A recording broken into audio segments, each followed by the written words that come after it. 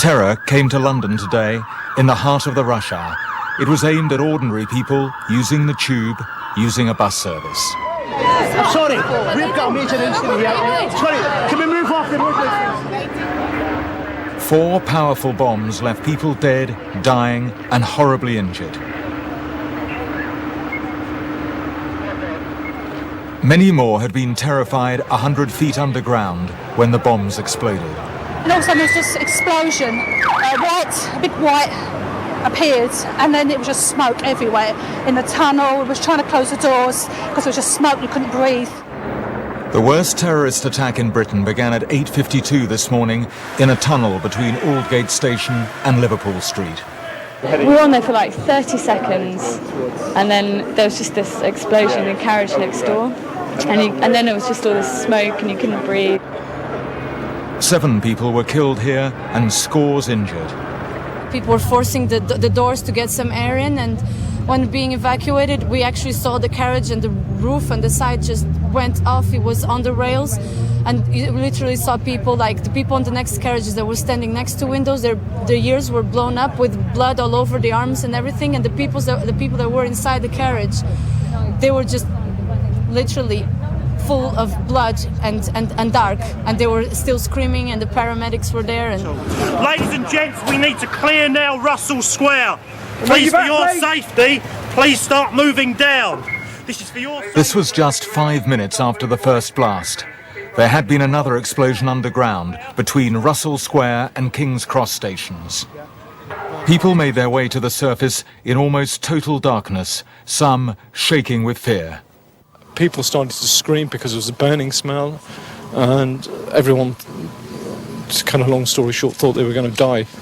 People started saying prayers, praying to God, panicking, breaking the carriage windows with their bare hands, anything to get oxygen into the carriage, because the more people tried, the more distressed they became. Women passing out, people started getting very agitated.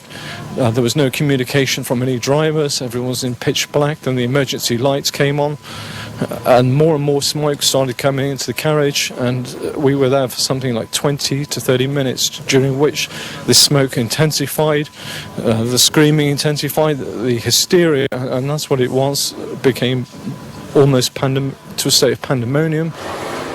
Scores were injured here, and 21 people died. Then, shortly after, a third blast, this time at Edgware Road Station. The explosion was so powerful it ripped through a carriage, a sidewall, and into 2 other trains. The roof had just been blown upwards and outwards. Doors were on the track, and there was just people screaming and wailing. People are dying in here. Help us! Help us! And it was awful. People comforted each other as they walked away. At least 5 people died here at Edgware Road. By now, a major emergency operation was underway.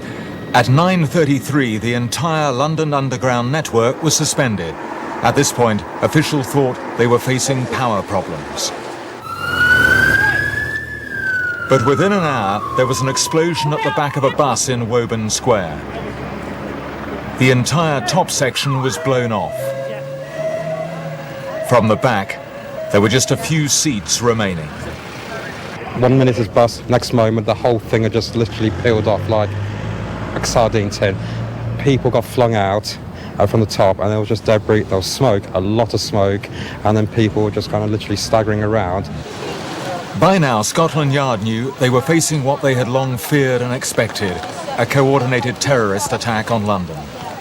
Some eyewitnesses reported seeing part of this bus flying through the air. With this incident in particular, police are investigating whether it was the work of a suicide bomber.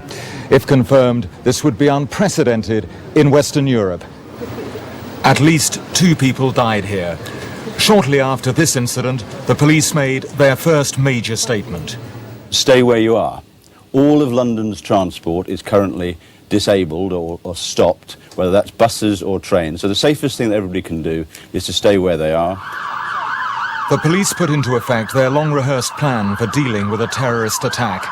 3 hours after the first explosion, Tony Blair announced he was leaving the G8 summit and returning to London. It's reasonably clear that there have been a series of terrorist attacks in London. There are obviously casualties, both people that have died and people seriously injured. And our thoughts and prayers, of course, are with the victims and their families. The police say 4 bombs exploded today, and there were no warnings. These attacks were aimed at killing large numbers of people using public transport. This clearly was a callous attack on purely innocent members of the public, deliberately designed to kill and injure innocent members of the public.